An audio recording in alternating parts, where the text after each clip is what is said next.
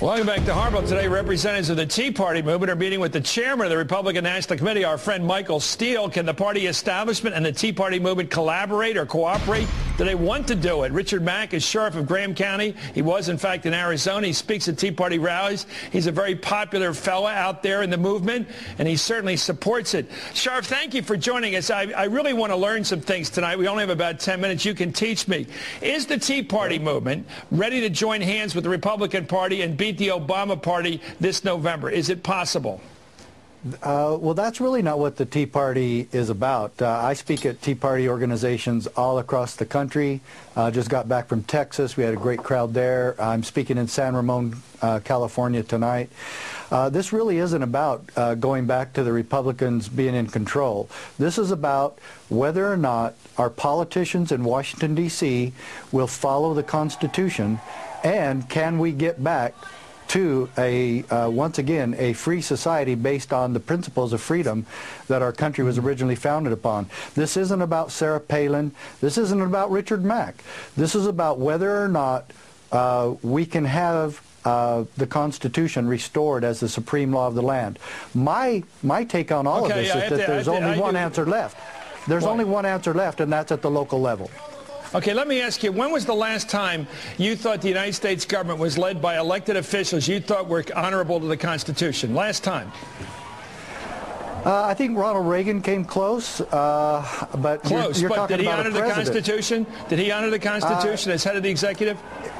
In some ways he did, but still, again, not always. And so we've tried the Republican When thing. did he violate the Constitution? Look at all, well, you could say that about every president, quite honestly. I'm just asking you. But my answer answer do you trust? is, I trust the local sheriff, I trust the local county commissioners, and I trust the governors and state legislatures to stand against the incursions of the federal government. I want a case at the United States Supreme Court on the side of the 10th Amendment. Right. The 10th Amendment is the only answer, I believe, that we have left. We keep going back. The pendulum keeps swinging nationally in Washington, D.C. from one party to the next because nobody has the answer. They have not provided peace, safety, and security.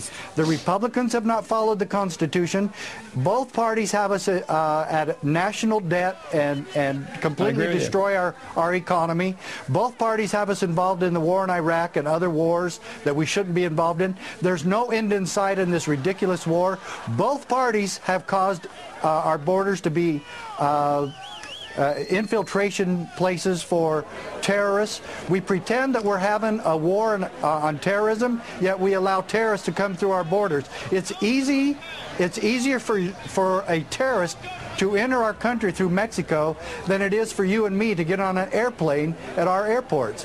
It's ridiculous, and both parties have done this, and I don't see the Tea Parties jumping all over Steele or the Republican Party. What happens when a person, man or woman, Republican, Democrat, or Independent, gets elected to the U.S. Senate? What happens to them? Why are they all the bad guys? What happens to them, as you see it? Well, so far, when do they become the evil federal government? When's that happen? Right after their election, or when they get sworn in? When they stay too long.